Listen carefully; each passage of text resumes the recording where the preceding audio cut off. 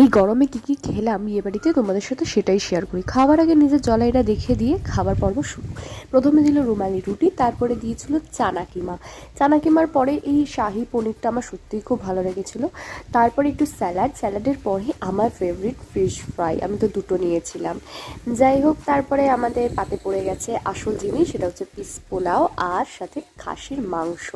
সত্যি বলতে গেলে এই গরমে না খাওয়া যায় না, তাও চেষ্টা করেছিলাম খাবার, কিন্তু আর কি করা যায়, যতটা ভাবি ততটা আর খেতে পারি না। যাই হোক, আমার না একটা স্বভাব আছে এই একটু ফিশ ফ্রাই আর মাটন আর একটু রাইস নিয়ে খাওয়ার।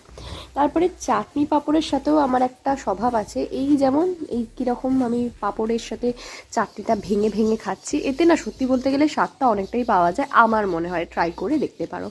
স্টার্টারে অনেক কিছু ছিল কিন্তু আমি ক্লিপ নিতে ভুলে গিয়েছিলাম। এই ক্রিস্পি কর্নটা সত্যি খুব ভালো খেতে ছিল। আর লাস্টে একটা আইসক্রিম খেয়ে আমি আমার বিবাহ পর্ব এখানেই শেষ করলাম।